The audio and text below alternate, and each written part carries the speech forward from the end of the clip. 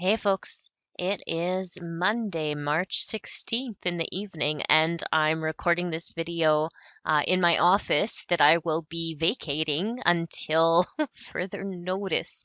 Interesting times, huh? Um, the direction is that the show must go on, and so this video is introducing you to our next unit and your next major project for SOC 1012. Okay, let's have a look. So next time you log into Moodle, you're going to see my new welcome message to you. This is for weeks 11 and 12, so this week and next week. We're working in a new unit called Nabawajige to examine carefully, and that's what I'm going to ask you to do. So if you scroll down, all the way down to the current unit and have a look, what I'm telling you here is that this marks the end of all of the stuff, the content that I've been pushing to you. So congratulations, you've made it. And now you're going to take the role of teacher and you're going to be starting to research and report back on all kinds of learnings related to the calls to action. This is my very favorite assignment in the entire course. I'm super passionate about it. In fact, this assignment is going to become the thing that I research for my doctoral dissertation, and so definitely a passion project here. So I'll give you a quick lay of the land. Like always, I'd like you to start by reading the project description. So final project is worth 30%, and I'm saying that it's due between March 30th and April 6th because we're living in chaos and let's just try to do the best we can here, and I'm going to be as flexible as possible. So this little description introduces you generally to what I'm asking for, and then of course the assignment itself will give you the specifics.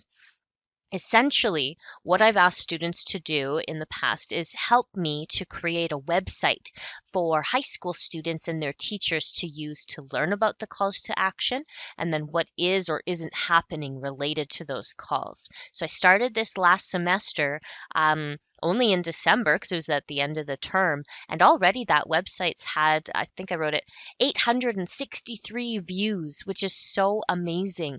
It's already getting good traffic. At least 3 teachers that I know of have been using it in their grade 10 history, typically deliveries, which is super powerful. And so if you decide to contribute to this website, know that I'm going to do my best to make sure that your knowledge is shared with those high school students who should be learning about these things. However, it is unethical for me to force you to post publicly, and so I would never do that. It's just an option, all right? So you make your choices. Okay, let's open up the assignment description and have a peek here.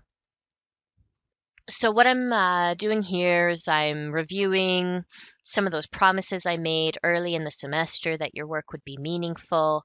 I'm asking you to spend at least 6 hours on this assignment. I'm not introducing content in the next 2 weeks, so you're spending all of your class time working on this project. However, most of my students last semester went above and beyond. So the 6 hours will get you like a passing mark. You probably want to put a little bit more into it if you want the perfect marks. So I've got some things here that I'd like you to start with.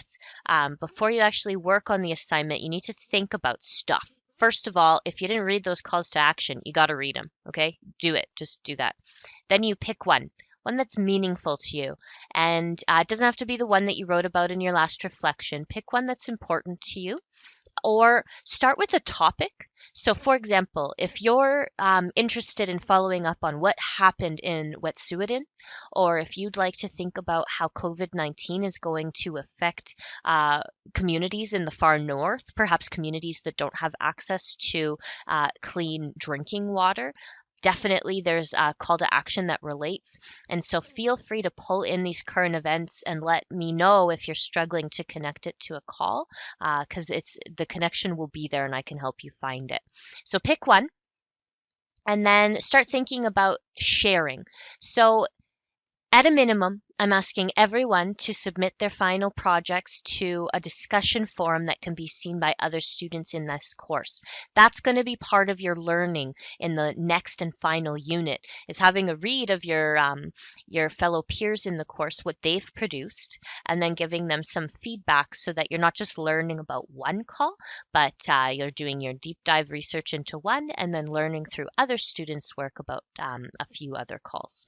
Okay, so I want you to tell me, at a minimum, you all have to post your final project to the discussion forum.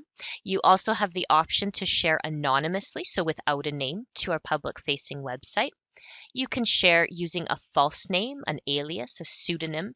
That's also like a nickname, just so like if you're worried about your privacy, but you still would like to share your work, you've got options. Indigenous students, you may also wish to consider, as students have in the past, sharing via your traditional name, your spirit name. Feel free to explore those options as well, because this is a time to really be prideful in who you are and where you come from, and the resilience and fortitude that has been demonstrated by your communities, and the returning back to culture, and a lot is communicated in a name. So if you want to go there, I strongly encourage you to do that. You can also share using your government name in this case if you'd prefer to. So you've got choices there. Don't let the naming of the thing prevent you from sharing. We can be flexible, okay? Once you've decided if and how you'll share, I'd also like you to think about the copyright permissions you grant to your work. So you can tell me that you are comfortable with future students and people visiting the website, like the high school teachers in their classes, reading, watching, listening to your stuff, but changing nothing at all. They can also have the options to revise, remix, redistribute your work, as long as they give you credit for the original, and as long as they don't profit financially. That's another option.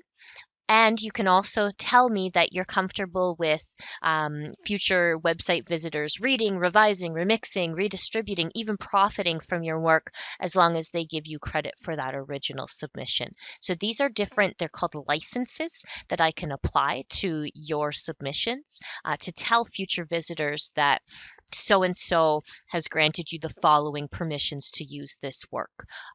So please tell me about that. The questions will be asked in the self-assessment. Now, I'd also just like you to consider, this is step 5 here, you're writing for a high school audience, right? So think about what high school students prefer. Probably not fancy, complicated language, probably not too much reading necessarily.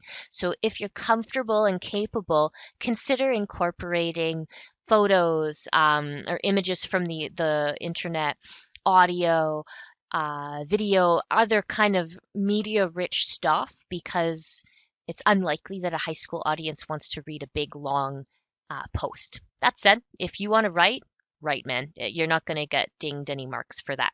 I just wanted you to think for a minute about who the audience is. It's not just O'Reilly, your instructor necessarily. It's the public, it's the students, it's those folks who you told me you were mad about not getting to learn about the calls to action, about reconciliation, about residential schools. You get the opportunity to teach these people now. So remember that as you write, you're speaking to them. Okay, now you're going to write the thing. I broke everything down in a pretty clear outline to help guide you, but I don't want this to feel like a limitation. It's a minimum. You can definitely go beyond this. So give it a title, okay? Reference the call to action or do something creative. That's totally up to you. Then you need to introduce yourself to your audience. So to the extent that you're comfortable sharing, introduce yourself. And I've given you some questions here to answer just as general prompts. You don't have to answer them all. And feel free, if you're also comfortable, including personal photos. If you want to do a short little video or a shout out, if you want to reference your home communities, where you come from, who you are, feel free to do that. Once you've introduced yourself as the author, then you're going to introduce the call to action. Okay, so there's two things I need you to do in this section. I'd like you to explain which call to action you chose and why it's important to you, how it connects to larger concepts such as, the legacy of colonial harm. Assume that your audience really doesn't know much, okay? They've got the knowledge level that most of you had walking into this course, so pretty minimal. Really don't assume that they know about the TRC or settler colonialism or the harms caused by residential schools. Tell them about this. Educate them about why this specific call to action is important within the context of settler colonialism and all this history. Okay? Then I want you to go to a website called Beyond 94. This website will tell you what kind of progress has been made specific to that call. So you pick your call, you go there, you do some research, and it's going to tell you if work has even officially been started or not. And I want you to talk about this. So this is an opportunity for you to get mad if you want to get mad. If progress has not been made, but it should have, you can have an opinion about that and you can be forceful with it here. If you feel like the good work has been done and progress has been made, then you can celebrate that progress here. So you're free to use your voice and your opinion. Don't hold back, okay? In the next section, you're going to actually try, if possible, to celebrate some of the good work that has been done specific to your call to action. So just Google it. Try to find people. It doesn't have to be the government. It can be anybody who is actively working to make this particular call to action happen, to make this particular issue better for Indigenous people. So do your Google research, and maybe you want to start, like if you are a huge Autumn Pelche fan and you want to talk about her work to protect water, you can kind of massage the rest of the assignment to fit that. I would really love to see Indigenous voices, perspectives, contributions highlighted here. Doesn't all need to be, oh, the government did this or the government did that. Grassroots efforts are just as, if not more important, to acknowledge and to celebrate and to share with others. Okay. Last but not least, the final section here, section 4, is going to be your call to action. So this is your final chance to tell your audience, these high school students, okay, I shared all this information with you, but here's where you can go to learn more.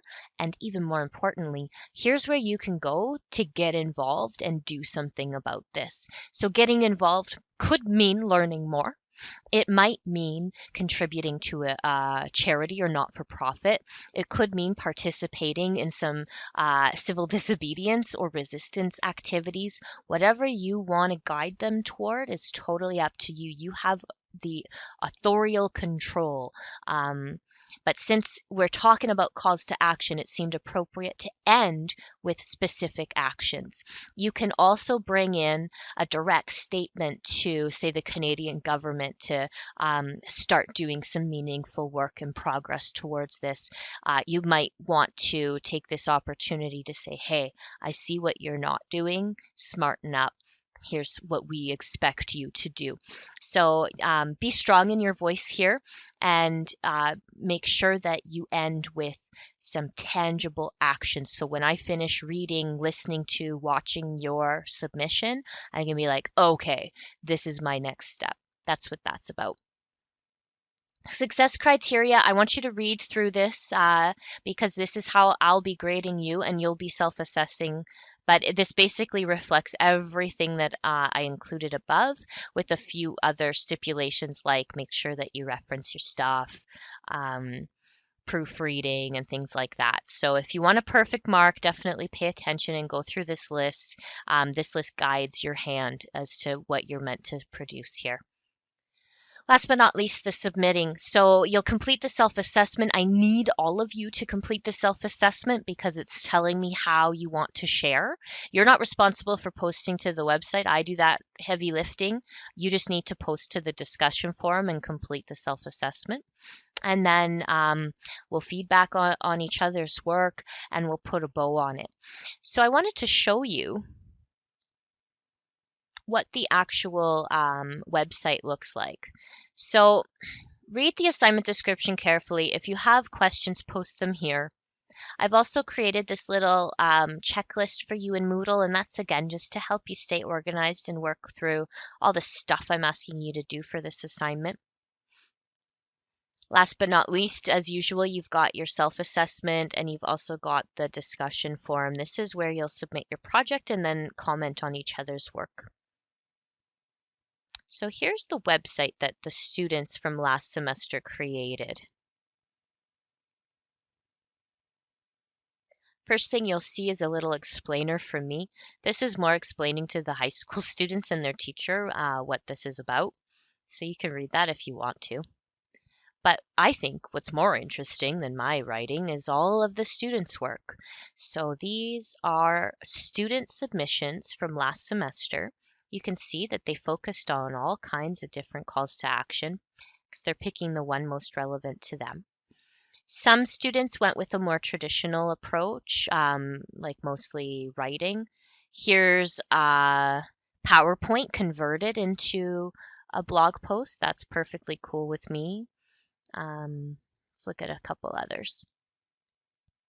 Here's another PowerPoint and then a bit of text as well. So you can mix it up if you want to. There's the references. I had one student who decided he'd done a podcast series the entire semester, and so he stuck with that strategy right here, Danny. So what Danny did was he submitted, it was like just shy of 18 minutes long, podcast episode that answered all of the assignment criteria. So that's perfectly cool. So the long and the short of it is, just because we're calling it a blog post and you optionally can submit to this website, doesn't mean that you can't do a variety of stuff. So if you want to do a written submission, go for it. If you like the PowerPoint approach, do that. If you've been podcasting and you want to continue doing the audio, perfectly cool. I don't think anyone this past semester submitted a video, but I'm always open to that if you're interested in going there. I believe this student, she submitted a presentation with audio narration. So I pulled all that audio out into one long 20-minute track so that you can just kind of listen and scroll. So by all means, navigate to that website if you want a better sense of what previous students have done for this assignment. And if you have any questions or concerns at all, you know where to find me. It won't be at Cambrian College on campus, but it will be online. So email me as always, and I'm happy to help you brainstorm or problem solve or figure out how you're going to approach this project in a way that's meaningful for you. But I hope you can be excited. I hope it'll offer a needed distraction, or if you want to do a deep dive into the coronavirus, connecting it to a specific call to action, that's perfectly cool too. The ball is in your court, but I'm always here to help, and all you need to do is reach out. Okay, it's a long video. I'm going to wrap it up. Ciao for now.